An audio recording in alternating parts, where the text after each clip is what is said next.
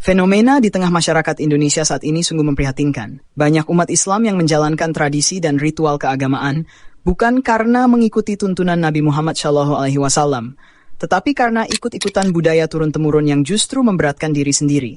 Akibatnya banyak keluarga Muslim terjerat hutang hanya demi mempertahankan gengsi dan adat yang dianggap sebagai bagian dari ibadah. Padahal, dalam Islam, segala bentuk ibadah harus memiliki dasar dari Al-Quran dan Sunnah. Jika tidak, maka amalan itu tidak diterima. Sebagaimana sabda Rasulullah Shallallahu Alaihi Wasallam, barang siapa mengada-adakan dalam urusan kami ini sesuatu yang bukan darinya, maka ia tertolak. Pertama, tradisi hajatan pernikahan yang berlebihan. Banyak keluarga rela berhutang demi mengadakan pesta besar, menyewa tenda mewah, musik dangdut, dan konsumsi besar-besaran hanya demi menjaga nama baik di mata tetangga.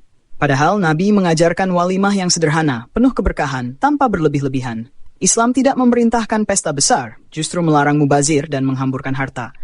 Kedua, tradisi akikah dan selamatan kelahiran yang dibuat ribet dan mahal. Banyak yang menambah ritual-ritual tambahan seperti acara tumpangan, doa bersama, bahkan bayar ustadz khusus untuk membaca doa-doa yang tidak ada dalilnya.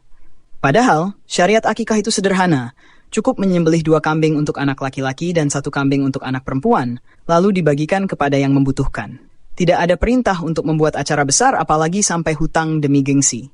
Ketiga, tradisi tahlilan kematian yang seolah menjadi kewajiban keluarga yang ditinggal. Setiap malam ketiga, ke-7, ke-40, bahkan 100 hari, diadakan lagi acara dengan konsumsi besar, sewa kursi dan jamuan makan. Akibatnya, keluarga yang sedang berduka malah semakin terbebani secara finansial. Padahal tidak ada dalil dari Nabi tentang tahlilan semacam ini. Justru Nabi mengajarkan untuk membantu keluarga yang sedang berduka, bukan menambah beban mereka.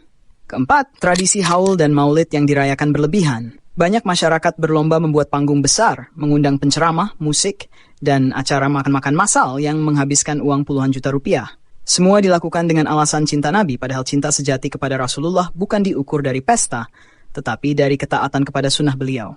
Kelima, tradisi selamatan rumah baru, panen atau pindah kerja, yang diiringi dengan ritual bacaan dan jamuan besar-besaran. Banyak orang merasa tidak tenang jika belum mengadakan acara tersebut, seolah hidupnya tidak berkah tanpa ritual adat. Padahal semua itu tidak diajarkan oleh Nabi dan justru menjerumuskan umat ke dalam pemborosan dan hutang. Inilah realita yang menyedihkan. Umat Islam di Indonesia seringkali lebih takut dengan omongan tetangga daripada takut melanggar ajaran Allah. Mereka rela hutang demi acara adat, tapi enggan berinfak di jalan Allah.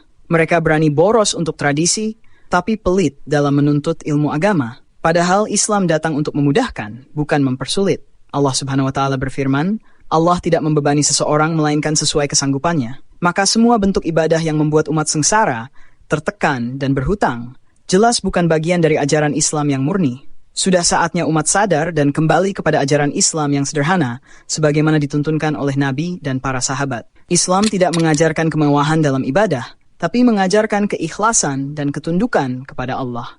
Mari tinggalkan tradisi yang memberatkan dan kembalilah kepada sunnah yang membawa keberkahan dan kemudahan hidup. Beragamalah karena kita mencari kebenaran, bukan karena keturunan atau rasa tidak enak kepada keluarga dan tetangga.